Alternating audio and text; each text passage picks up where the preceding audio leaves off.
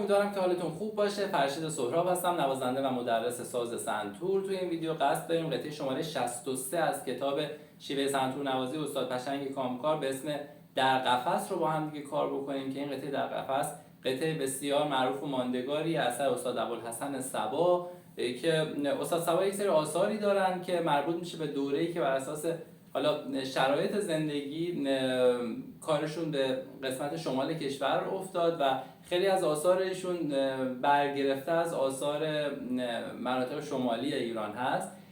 قطعه بسیار زیبا و دلنشینیه. امیدوارم که بشنوید و از ملودی زیبای این قطعه لذت ببرید و خودتون هم تمرینش بکنید و بتونید به همون زیبایی که استاد صبا مد نظرش بوده اجراش بکنید. قبل از هر چیز ممنون میشم که کانال یوتیوب من رو سابسکرایب بکنید، این پست رو لایک بکنید، سوالات و نظراتتون رو کامنت بکنید و این پست رو با دوستاتون به اشتراک بذارید. ممنون که تا آخر ویدیو با من هستید. بریم که یه ویدیو خوب داشته باشید. خب این قطعه شماره 63 یه قطعه دوچاره و شمارشش به صورت 1 و 2 و هست. خیلی روونه، از نظر ریتمی هیچ پیچیدگی نداره و تمام الگوهایی که توی این قطعه داریم رو توی درس‌های قبلی یاد گرفتید. فقط اینجا یکم پرش‌هایی رو داریم روی جاهای مختلف سنتور که اینو باید یه خورده تمرین بکنید. به راست و چپ‌ها باید توجه بکنید، به فاها باید توجه بکنید که دیگه اینو میدونید همه فاها باید خرک دوم اجرا بشه مگر اینکه فا 9 داشته باشه که حالا یکی دو جا توی این قطعه فای خرک نهم استفاده شده که حالا با هم دیگه که زدیمش بهش اشاره می‌کنیم که شما هم بهش توجه بکنید.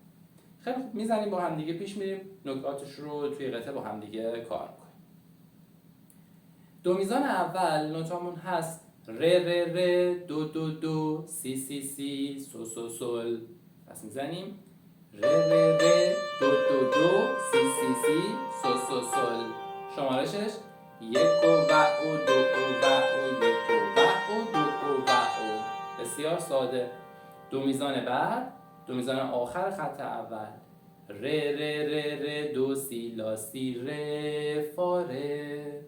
میزنیمش ر ر ر ر، دو سی لا سی ر فا ر.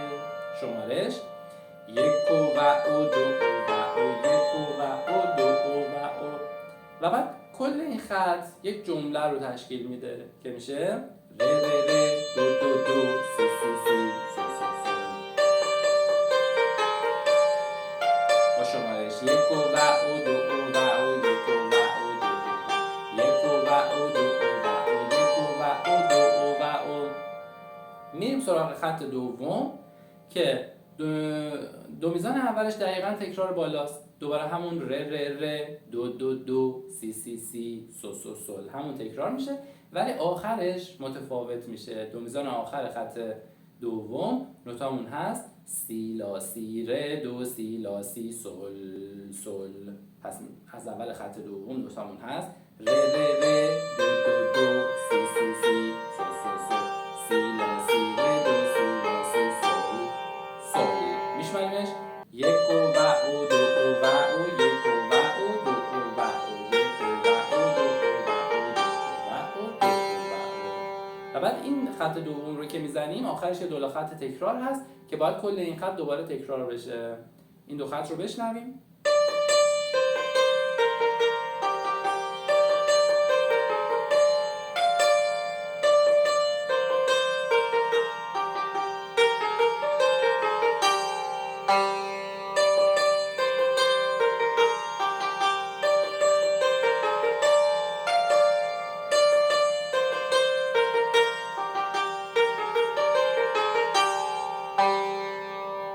بسیار عالی. میریم سراغ خط سوم. نوتامون هست ر ر، دو ر فا ر می، دو ر ر، دو سل دو فا. دو میزان اول ر ر، دو ر فا ر می، دو ر ر، دو سل دو فا. حواسمون به این فایی که خرک نهم هست باشه، چون بالاش 9 گذاشته خرک نهم سیمای سفید اجراش میکنیم. شمارشش 1 و او، 2 و او، 1 و او، 2 و او. دو میزان بعد، میزان سوم دقیقا شبیه میزان اوله ر ر، دو ر فا ر می دو. و میزان بعد که ولت 1 هست یه ر سفید داریم و یه سل زرد ر سل. پس میشه ر ر، دو ر فا ر می، دو ر سل. خط تکرار داریم که از اول خط سوم باید این قسمت رو دوباره تکرار کنیم. بار دوم به جای ولت 1 ر سل هست، ولت 2 رو میزنیم که سل سل هست، یه سل سفید یه سل زرد. کل خط رو من 2 مرتبه اجرا میکنم، یک بار با ولت 1 یک بار با ولت 2.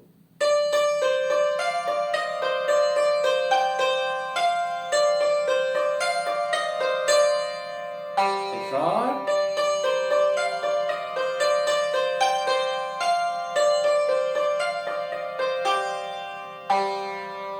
میریم سراغ خط چهارم. اینجا این پرشی که داریم و بلا فاصله بعد از اینکه دست چپ رو سل سفید زد، دست راست به رو سل پشت خرک.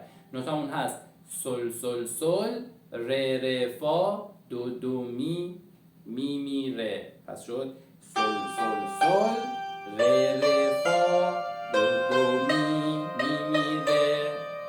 یک و و دو و یک و دو و. میزان سوم و چهارم توی خط چهارم: لا سل فا می ر دو سی دو ر سل. لا سل فا می ر دو سی دو ر سل. میشماریمش یک و دو و یک و دو و. به راست چپش خیلی توجه بکنید. راست راست چپ راست راست چپ راست چپ راست. دقیقا راست چپش مثل خودش باشه. پس کل خط چهارم میشه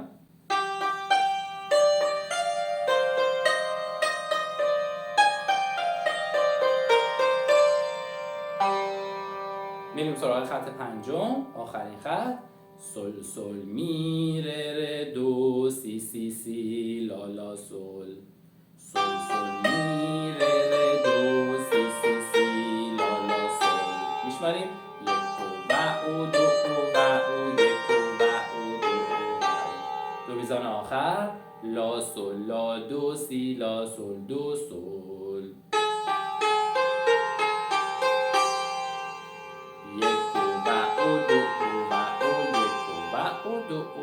پس کل خط آخر میشه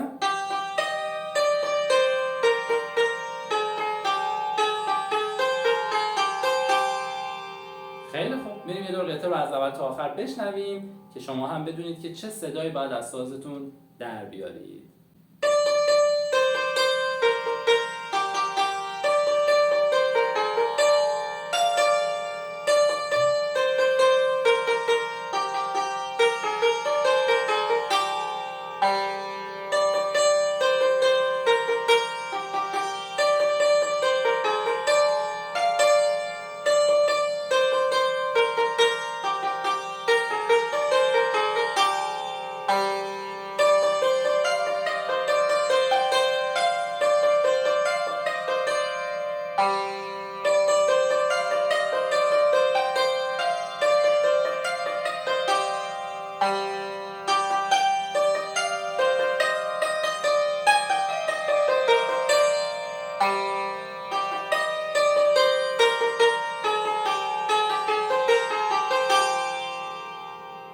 بسیار عالی. و اگه بخوایم این قطعه رو با مترونوم اجرا بکنیم، مترونوم باید بذاریم روی سرعت 80 و 2 ضربی.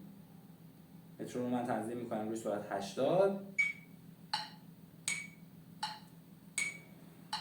یک دو یک و دو و یک و دو و یک و دو و یک و دو و